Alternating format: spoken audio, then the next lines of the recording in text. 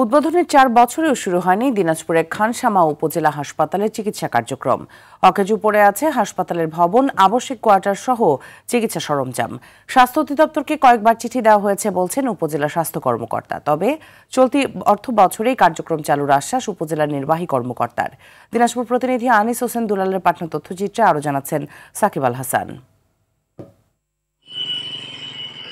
2021 সালের 15 নভেম্বর নির্মাণ কাজ শেষ হয় দিনাজপুরের খানসামা উপজেলার আত্রাই নদী তীরে 20 শয্যা বিশিষ্ট এই হাসপাতালটির। নির্মাণে ব্যয় হয় 16 কোটি টাকা।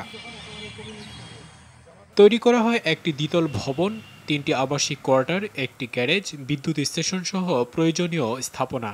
কেনা হয় চিকিৎসা সরঞ্জামাদিও। প্রয়োজনীয় সবকিছু থাকার পরও 4 বছর পেরিয়ে গেলেও শুরু করা যায়নি হাসপাতালটির চিকিৎসা কার্যক্রম। হতাশা ও ক্ষোভ স্থানীয়দের। সেই তখন থেকে এখন পর্যন্ত এইটা একটা ভুতুরে জায়গার মতো পড়ে আছে।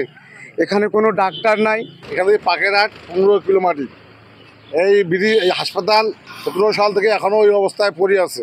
মানে আমরা বিভিন্ন জায়গায় যাইতে পারি না, গরিব মানুষ পাশাপাশি আছে, মানে যে কোনো একটু হলে চিকিৎসা আমরা সুযোগ সুবিধা পাই না। স্বাস্থ্য অধিদপ্তর কর্তৃপক্ষকে কয়েকবার চিঠি দেওয়া হয়েছে বলে জানান উপজেলা স্বাস্থ্য কর্মকর্তা। বিভিন্ন সময়ে আমাদের ঊর্ধ্বতন কর্তৃপক্ষের নিকট আমরা চিঠি প্রেরণ করি চাহিদাপত্র দিয়ে, তারাও আমাদের আশ্বাস দেয়। খুব রিসেন্টলি আমরা তাদের আশ্বাসের পরিপ্রেক্ষিতে, তাদের নির্দেশনার পরিপ্রেক্ষিতে আমরা আমাদের চাহিদাপত্র আবারও গত মাসে পাঠিয়েছি। অর্থনৈতিক কোড নিরসন হলে চলতি বছরেই কার্যক্রম চালু করা সম্ভব হবে বলে জানান উপজেলা নির্বাহী কর্মকর্তা।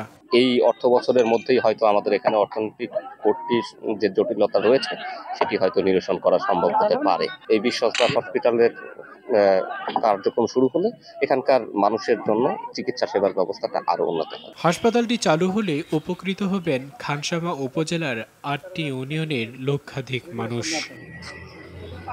সাকিব আল হাসান, RTV।